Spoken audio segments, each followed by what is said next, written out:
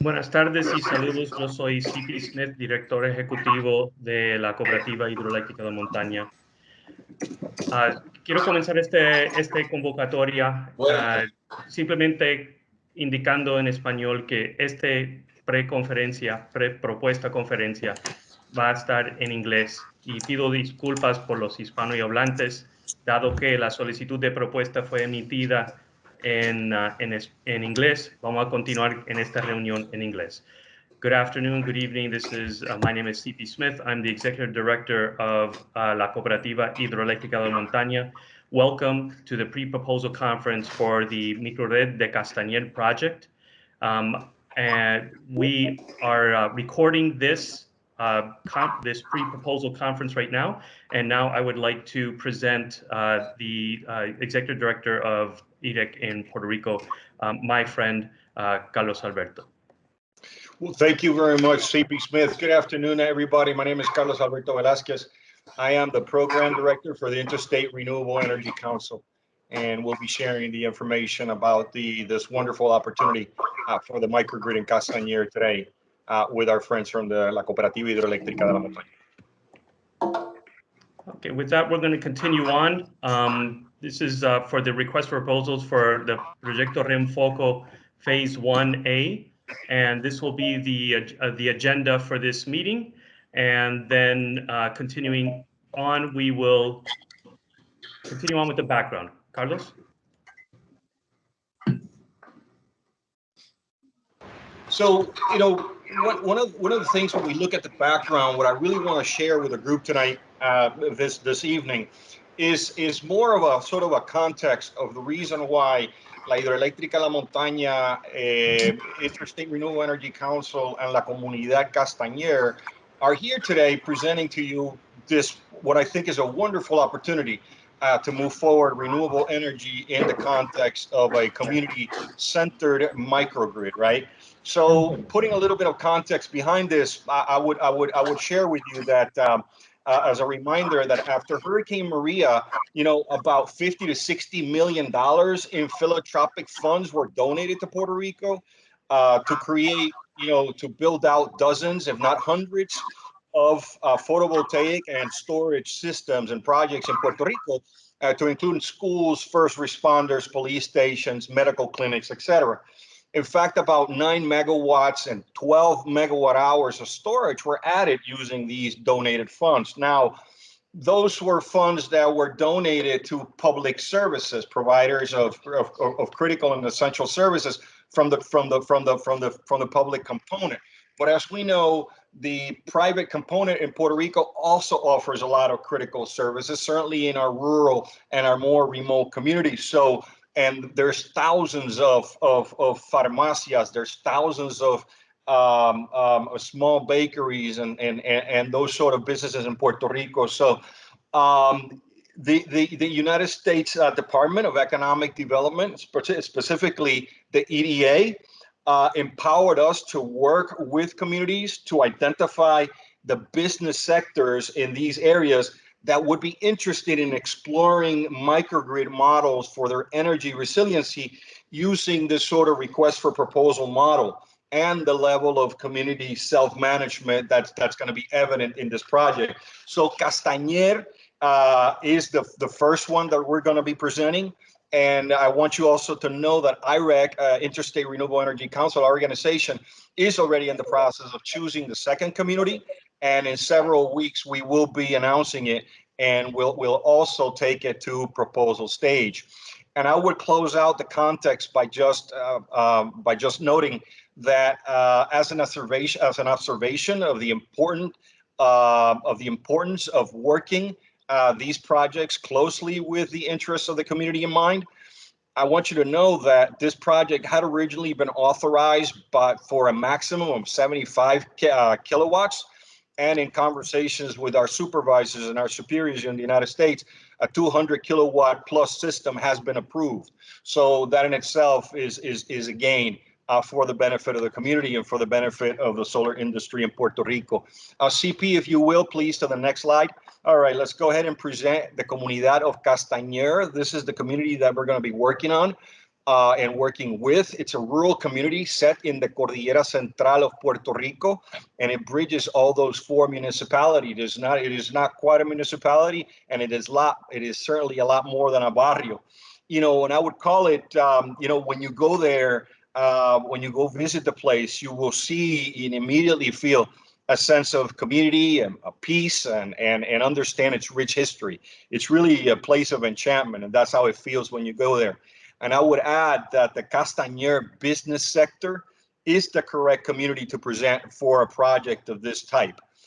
For example, since the late 40s, they have run successfully, I may add, the only community hospital that is run in Puerto Rico, and the professional board is actually chaired by people from the community.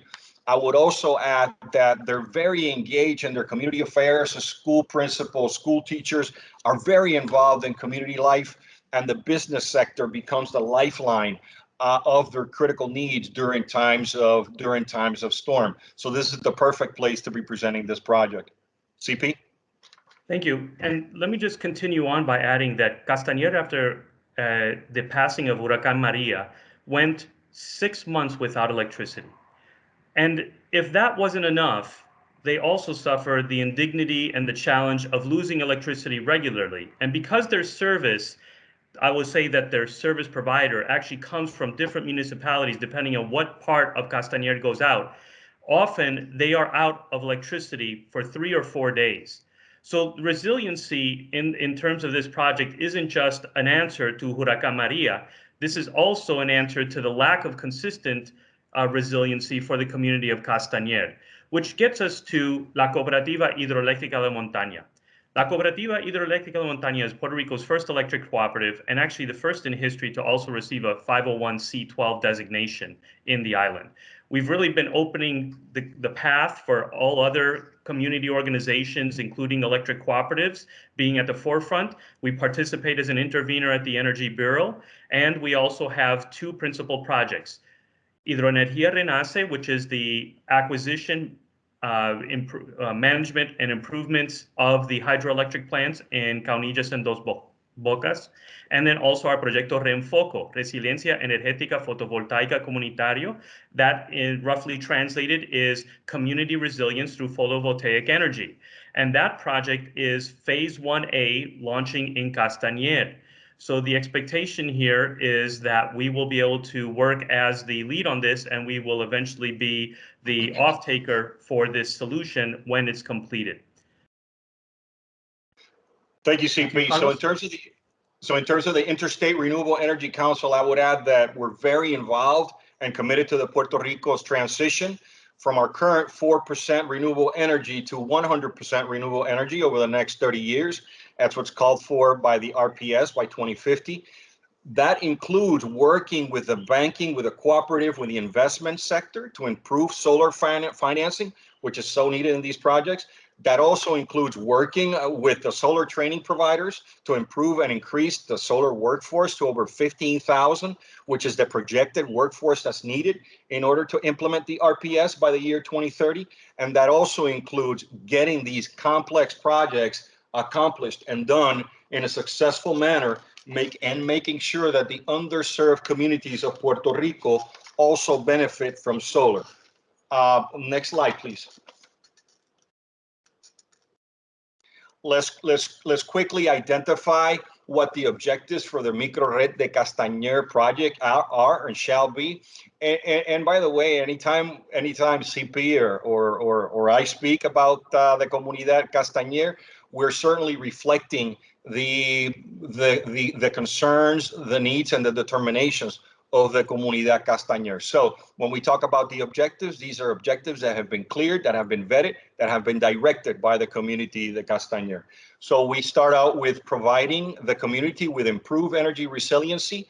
Second objective, offer business owners in the microgrid the most economical and technically viable solution. And finally, to supply electrical energy service with rooftop photovoltaic systems coupled with battery energy storage system. So as you can see from these 3 objectives, we have established 3 very clear objectives, but they are broad enough, and they allow and encourage for design innovation and putting forth an efficient solution at the best cost and value.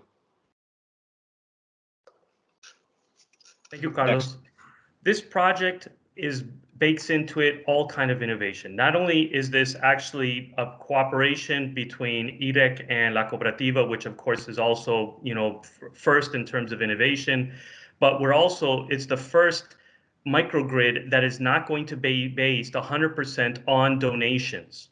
That means that we are building the foundation of what Puerto Rico has really needed for a long time, which is a financially viable and scalable model to bring renewable energy, taking advantage of the benefits that the cooperative can bring as a properly registered and entitled electric cooperative, along with the expertise that IREC has actually lended to this.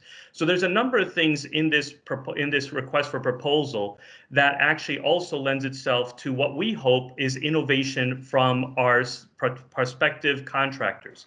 So, for example, unlike some other RFPs that, let's say, like the PREPA might issue, where we have not stacked up a whole bunch of requirements on this RFP. We have kept it really to what would be considered necessary for a functioning EPC to maintain. The idea is that we're looking for you to be able to incorporate more companies into this proposal process.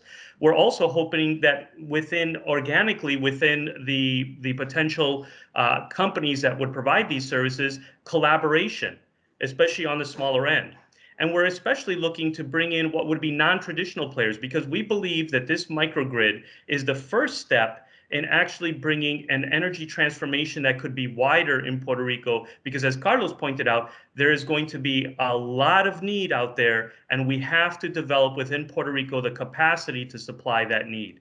So therefore, you're going to see a number of different elements, including like the bonus 10 points that are actually included to promoting non-traditional installers. And then we also look to make sure that we have worked actively with the community, making sure that the community is well informed and educated and understands these principles and concepts behind it. That's actually unique in terms of the advantage that it provides prospective contractors, because you will rarely find a group of 8 to 10 to 12 businesses and residents that are pretty highly trained and understand what these programs are about, which will facilitate your process in fulfilling a better proposal. Back to you. Thank you, CP. So now let's dive a little deeper into what are the eligibility requirements. And like as CP was said, we certainly have not stacked it so high so that companies that aren't necessarily very large can participate, can innovate, can come together and present a competitive proposal. And we certainly encourage that. So let's just briefly talk about some of the general eligibilities. I encourage you to look with a fine tooth comb and section 9, specifically pages 12 and 13 of the RFP, where you're going to find some of the details. But I would just highlight the following things. I would say that these administrative requirements are really, in a way, what we have termed sort of a pass-fail requirement in the evaluative criteria. These are the things that we certainly need to see and need to be able, the contractor needs to be able to present that they completely meet. So that, for example, under general requirements, we're talking about a registered company, of course, EPC, or a experienced solar installation company, or developers that bring with them their self-financing business model.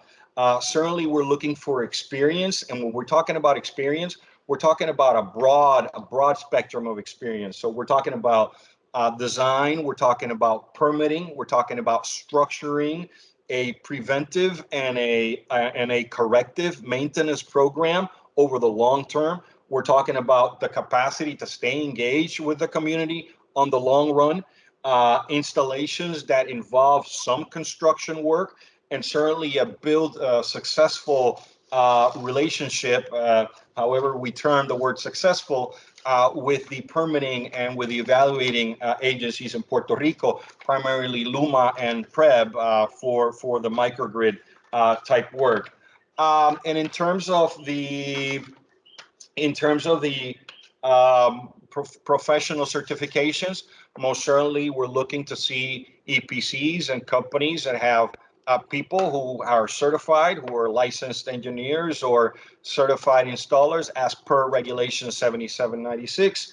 And when it comes to the customer service metrics, what we're looking here is to make sure that there's a commitment to a long-term engagement and an adequate response to customers' concerns. We know there are always going to be problems when it comes to installations and providing services. What's important to us is not that somebody has called that company out on a potential installation that could be improved. What's important to us is that it's been fixed. What was the corrective action that was taken in order to improve that? So as part of our due diligence, we're going to be looking at that, and the community has tasked us that that's a really important thing to look at. CP, if you will, next slide. Thank you. And in terms of the project specifications, look, again, I encourage you to look at Section 5, the technical proposal, and Section 6, terms and conditions, which goes into details about the technical specifications that our engineering team from the private industry and from the University of Puerto Rico Mayagüez has identified as appropriate to meet our objectives, the objectives that we shared with you. So they include, for example, we're looking for a rooftop mounting of about 225 kW. And of course, we say about because that's a determination that you're going to make once you see the load studies and once you see the build, the consumption profiles of all the businesses that are going to be participating. We have done the calculations amongst all the roofs available, and the 225 kW fit. But again, the EPC will have the final word, of course, on their with their design. We are looking for 500 kilowatt hours in terms of storage. That's what we have calculated for meeting the autonomous and essential needs of the businesses for a 12-hour period, which again, it is something that they have requested.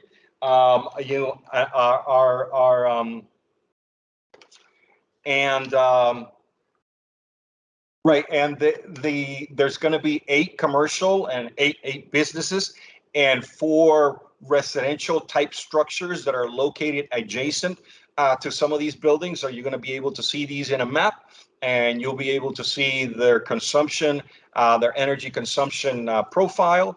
And because we have done extensive, and I mean that we've done extensive pre-design work, we have looked at the different design options and the different configurations for the microgrid. And to our working team, it makes sense that there's probably 2 options here in terms of the configuration and design. We're calling it option A, which is 1 microgrid that connects all the businesses and the residences. And we're calling it option B, 2 microgrids that group clusters, really 2 nanogrids grouping clusters as the distance and the electrical distribution infrastructure allows. Next slide, please. And there is a spatial configuration of where the businesses are located. I would just mention that around number 2, Supermercado Mega Fresh, there are 2 properties, 2 residential properties that one serves as a residence, the other one serves as a warehouse. The important part about those is that they're adjacent to the property and they provide ample non-shaded rooftop for installation, and they're available for installation. And we say the same thing for properties that are located next to number 6. Those are, again, residential properties in a small apartment that provide ample rooftop and no consumption. So it's a great area to have to be able to install the panels. But again, you'll be able to validate this information during our site visit on Friday, the 17th. CP? We have a data room that will be available where we will be hosting basically all the electrical studies, including the consumption and load for at least the 3 largest businesses as part of the Microrred de Castañer project. We also have conceptual designs, pictures, and we'll have some consumer statements from each profile for the property. What we're requesting is that you notify us if you wish to continue after this pre-proposal conference. Please reply to microrred@cooperativahidroelectrica.coop, and then we will send you a link where you will be able to gain access to that. You will gain access to not only that file, but then as soon as you are registered there, then we'll also have a folder for your company where you'll be able to then upload your proposals. Should you not email them, you'll have access to actually read write to those folders. All of those will require multi-factor authentication to be able to get access online to the data room, and that is to protect your information as well as our information, and to make sure that we are supporting it to the maximum extent possible cybersecurity regime.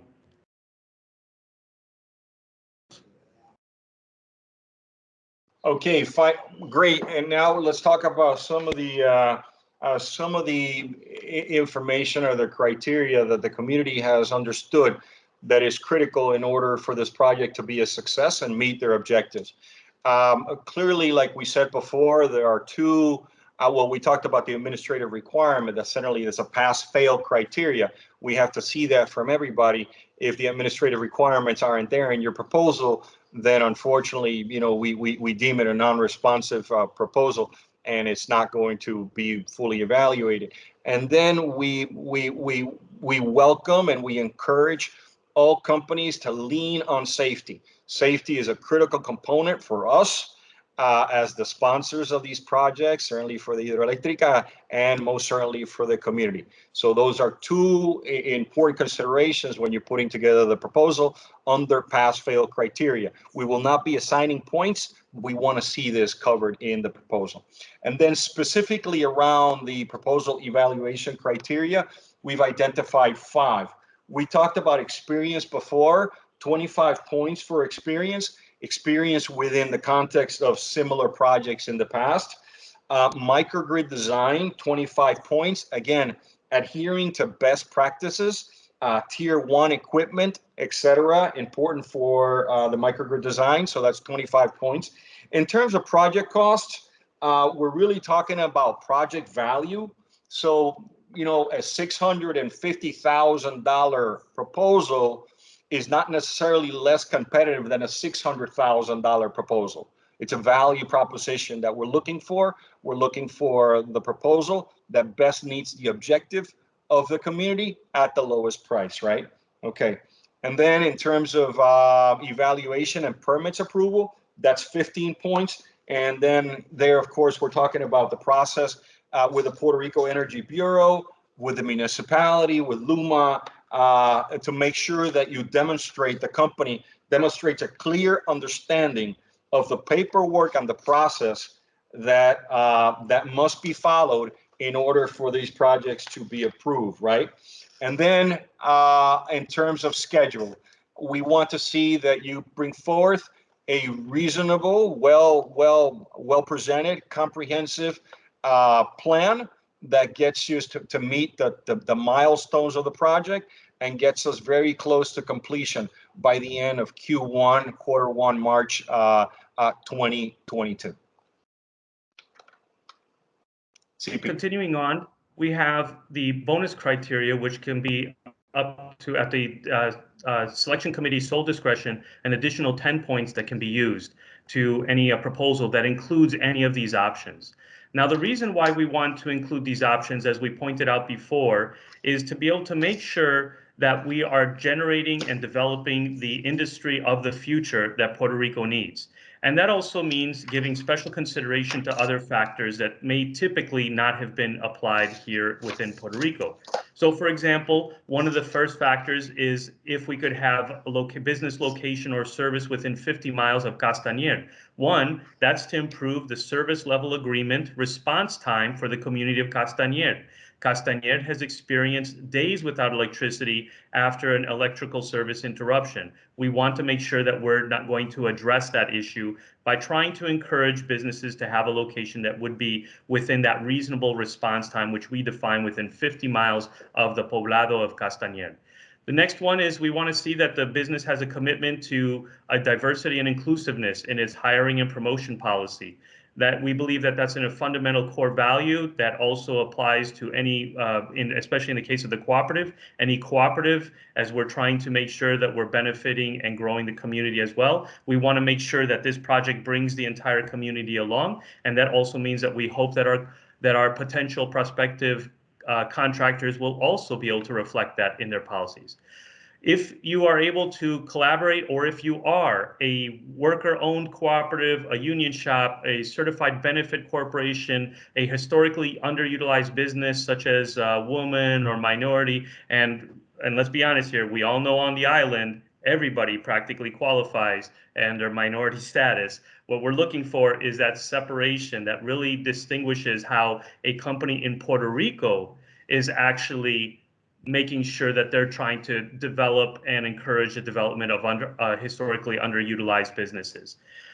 We also have, obviously, some bonus points if you can actually specifically identify experience for community-based microgrids. If that's inside your portfolio, we would like to see you highlight that. And, of course, any prior experience installing photovoltaic systems plus storage projects in Puerto Rico or any underserved area in the United States would also help, because then we know that you know that you're working with low-income communities, which is the communities that the Cooperativa Hidroeléctrica de la Montaña, in partnership with IREC, is serving. That's our commitment, and that's what we want to see. And those 10 points also include energy conservation or efficiency audits that could be included as part of the work and schedule to help reduce the consumption of the prospective cooperative members. And then also to include a work training program to help expand that employment base that Carlos was highlighting before, of where we need to move the industry if we want to be able to really make renewable energies a viable option in Puerto Rico. And finally, to also continuing operations and maintenance service, we'd like to know if you can highlight that and include that in those specifics in your response, because that's another important component, although not key, not requirement of the request for proposal. It is an additional bonus. So we will be looking for those. Those are optional 10 points that the selection committee can award at its sole discretion. Carlos? Thank you, CP. And in closing then, I would just point out that here's the schedule for the next steps and the things that that we're looking forward to in order to develop this this proposal process. The next opportunity for you to become more knowledgeable and get some more details about the project will be this following Friday at 10 a.m. at La Comunidad Castañer, the Castañer Village. The visit will occur at 17 September, which is next Friday, and the information for the site this Friday, right? The information for the site tour has been already sent to you with directions. Okay. 4 days after the site tour, we will encourage any questions that are outstanding. Of course, that will also provide, while we're in the site tour, we'll also provide the opportunity to ask questions, but there'll be a formal process where you can ask questions about the project, and those questions will be answered on or by the 27th of September, and they will be published via an addenda, and all the people who are interested and interested parties will be made aware of the responses to all the questions that are presented. And then 2 days afterwards, 29 September, by the close of day, so 11:59, the proposal will be due.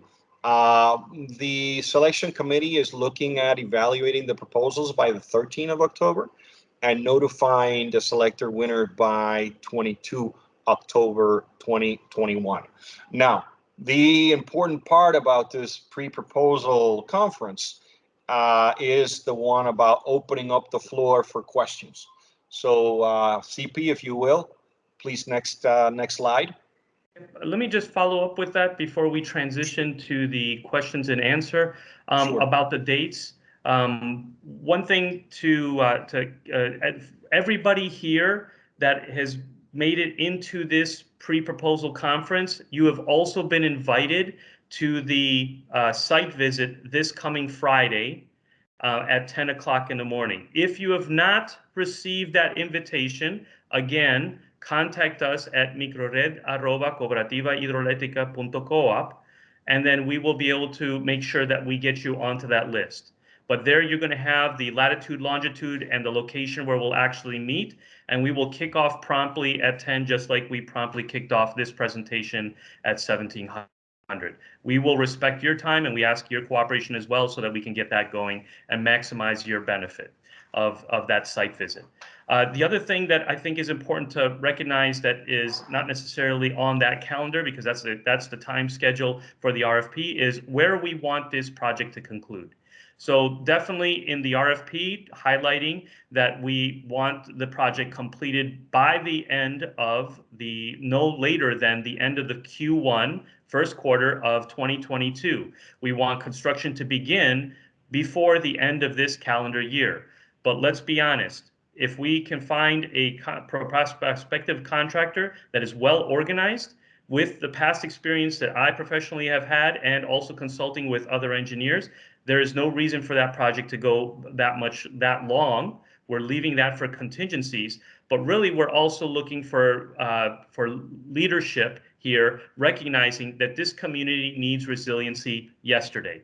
So obviously, if we can go ahead and facilitate that for the benefit of this community, then that makes that proposal that much more attractive. So my recommendation is don't shoot on your calendar and schedule for the last day. Try to show what you can actually deliver, as that is also part of the value equation. How do we start the resiliency and the value add for the community as soon as possible? So yes, thank you, Carlos, for sharing this presentation with me. Now we do open it up for questions. You might have to look for the microphone button to unmute yourself if you're not familiar with Teams, so that we can hear you. When you do announce or have a question, please announce your name, announce the corporation that you are representing, and then share your questions so that we can respond back. Thank you.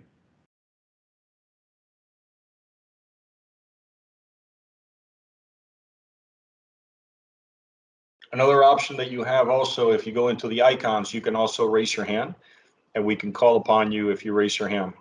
And there's a chat window too. If you want to ask the question in the chat, the only thing I say, if you're going to ask a question, please identify your name and an organization as well with the question. So you have 3 different ways to ask questions.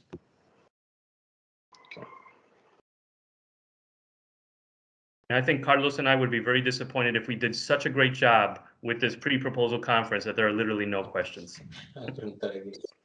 Considering we're going to do dozens of these things, yeah, we need to get those questions going. Always seeking improvement on the process, correct?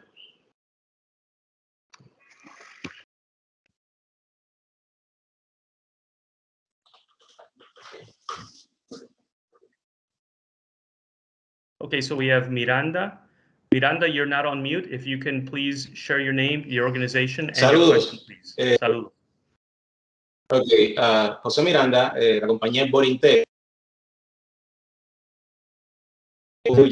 bastante cerca de Castañer. La pregunta es, ¿tienen alguna preferencia ahora mismo en cuanto a marcas, alguna tecnología en particular? Okay, so I'm going to thank you for the question. I'm going to paraphrase that question in English, and please let me know if I've asked the question correctly. And I think the question is, do we have any preference for particular equipment, panels, and the rest? Is that a fair representation of the question? Yeah, not. The question is, if do you have any preference for any particular brand or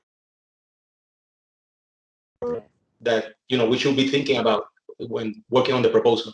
Okay, so Carlos, if you don't mind, I'll take this question.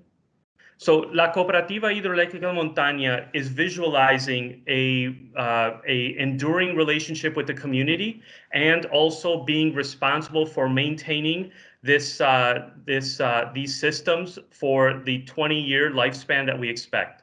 So therefore, we do have a preference for panels and equipment that will meet that service life obligation. But let's be clear, there's a lot of panels that will offer a 20, 25-year guarantee. There's a lot of other inverters that will offer 10 years and battery systems that are 10 years.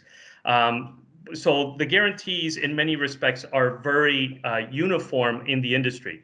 What is not uniform is actually the performance and the degradation rate and also the warranty return rate. So the Cooperativa has done an independent analysis of equipment, and we do have a list of preferred equipment, but we are at this point reserving that list. We want to see proposals first to see what would be recommended given the requirements we've specified. And then as we work down this process, then if the selection committee feels that it would be of value, then we can share that preference for the equipment list. But at this point, we're leaving it open for creative solutions. Just keep in mind that precept that is not captured in the RFP, but it is just consideration that the selection committee will look at, which is how do we maintain this for 20 years? And how are you going to help us? I don't mean just serving the operations maintenance. I'm saying, how are you going to help us in the design? How are you going to help us in the engineering, in the procurement, and the construction to make sure that the Cooperativa has less costs to maintain this over the service life of the equipment? So LCOE, as we know, in industry standard, we're going to be evaluating that as well. I hope that did that answer your question? Yeah, thank you. Thank you. Okay, I'm going to lower your hand, and then now we have what I see here as R.A. Serrano Rodriguez. Please share your name and your organization and your question, please. Yes, hello. My name is Engineer Rodolfo Serrano from Neo Era Energy Solutions. First of all, I want to ask if you are going to share the recording of this presentation.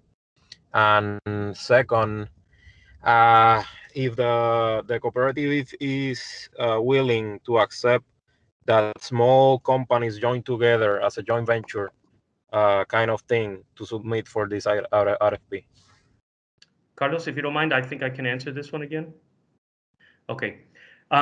Thank you very much for your question. The first answer is yes, we will be sharing this recording, and we will send this recording to all participants that actually logged in at least once. So if they logged in once on this, and we have a tracking, we're tracking who's been logging in, and we know that some people have dropped in and out. We can see how they're coming in, and some participants have been coming in and out. If you registered for this and joined at one time, then we will be sharing this meeting with everybody else. With those participants. So you will receive a link to this video. I can commit to getting that link to you tomorrow afternoon, okay?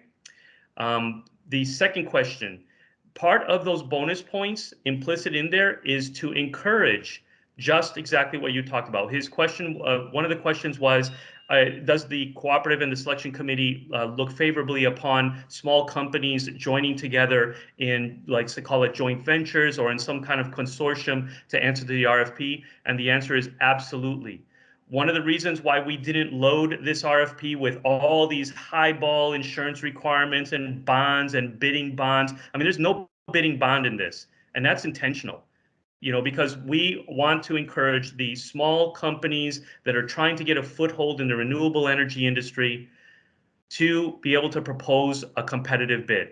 But you're still going to be competing with the others. So that means that you have to be smart about the consortium that you build and the strategic partners you're going to align with that are going to prove value. So it is a competitive process. We are creating that space. We even have the additional bonus points depending on what other associations you bring into the mix. Those are all discretionary elements to the selection committee if warranted. And we'll just say, have at it. We encourage it. We want to have a competitive options. We want to have the best options, but we also have an eye for the future development of this industry in Puerto Rico. So did I answer your question? Serrano, Yes, so thank you very much. Yes. Yeah, it's also important to take into consideration the fact that in the evaluation matrix, 25 points will also be awarded to the issue of experience. So make sure that when you're putting together whatever working team, if it's going to be a working team, make sure it's strategic, make sure perhaps it's a combination of new startups or perhaps smaller companies with companies who have experience, because experience is 25 points or 25% of the evaluation committee decision when it comes to selecting the company that will be constructing this a microgrid. Perfect. Thank you. Mm-hmm. Yes, sir.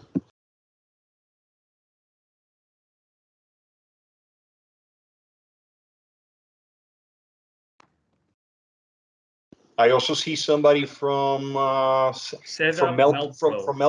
Okay. Yeah, good afternoon. My name is Israel Seda from Melpro.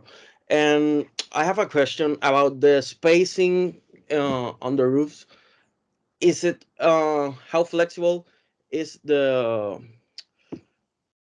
well, the area we're gonna use to install these panels? If we need more space, are we allowed to get into carports or other business areas that we might find, let's say, easier to accommodate the microgrid?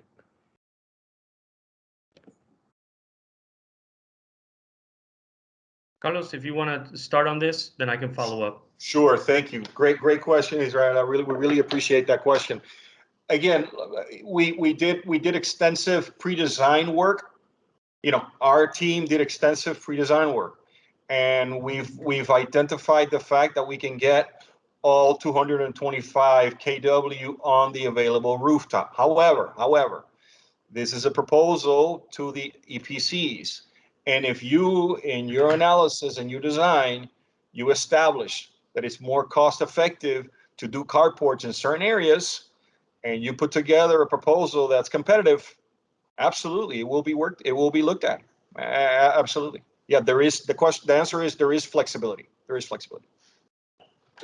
Okay, thank you very much. You're welcome. These are great questions, and I'm very grateful for the questions for the 3 that we've received so far. And we encourage the rest of the prospective contractors to share any questions they might have or requests for clarification.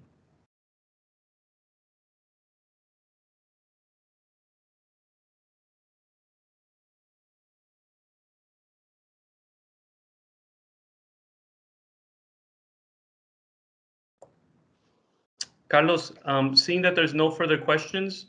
I'm sorry, CP. I'm sorry, yeah, CP. we got There's Edwin one, Castro. Yeah, just one came in. Edwin Castro from Pura Energía. Hi, my name is Edwin Castro from Pura Energía. Only one question. How will be the requirement for the net metering process over there to submit all that paperwork and everything for the net metering? And in the 2 options you mentioned over there, one of them is making one microgrid interconnected with all the business. And how will be able to do that if PREPA can, for the long distance from the properties over there? So how you submit of the data assessment you make first of us to do that in that area with all the microgrids over there together? Okay, Carlos, I'll take those questions from Edwin. Okay, so thank you for that question. So let me answer the last question there. What we did is we did preliminary designs. We also looked at the electrical loads from each of the different businesses, and then expanded to certain residences to maximize that potential generation. Then we also matched the storage capability or the storage requirement to what they needed to operate their businesses to make this project of interest to the business owners. Now, there is the opportunity to connect the 2. and we have an estimate. I mean, we're gonna withhold that, but we do have an estimate for how much that would cost to actually interconnect the two microgrids. I think that you'll see the distance that is involved is manageable, and what we'll leave it up to you is to see how you want to configure that microgrid based on your experience and where that might also impact the value to the project. We did also analyze having more than 2 microgrids, but then we found that pretty soon the financial viability of the project started breaking down when you started having more than 2. But that said, one of the reasons why this is a RFP is because we're looking for your expertise, your insight, and your creative ideas on how to pull together this community and provide the resiliency playbook. In terms of the interconnection, one thing that we want to talk about is that's why in the RFP it talks about a plan. We want to see the plan. Why? Because we all know the reality right now that PREPA is sorely behind in all of their administrative processes that could be related to interconnection, permits, and all the rest. So we will work collaboratively with the selected contractor when we get through that process, but definitely as part of the proposal process, we want to see clearly documented that plan and that your experience with that process, good and bad, such as it is reflected in that plan. That's what the selection committee is going to be going for. We're not going to, as we proceed with negotiations with the selected or prospective contractor, then at that point we will get into more nuts and bolts. But that's why in the RFP we want to see that plan. Did I answer your question? Yes, perfect. Thank you a lot. Okay.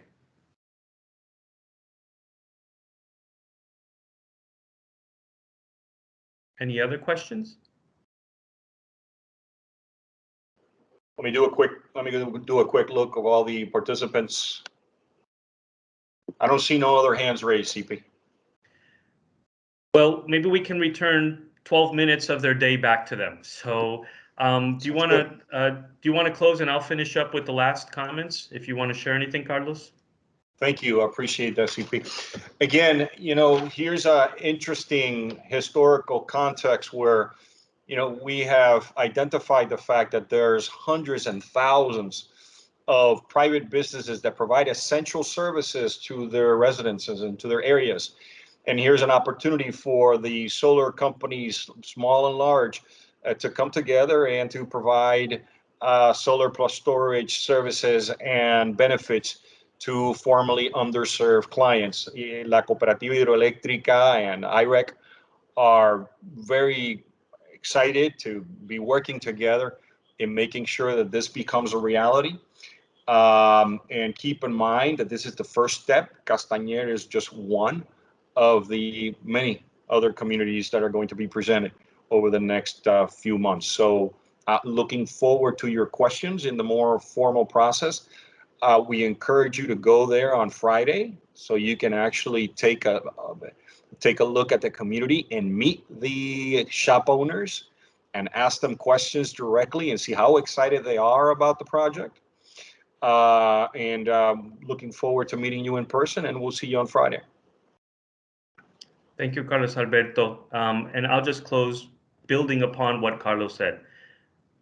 We at La Cooperativa care about the residents in La Cordillera Central.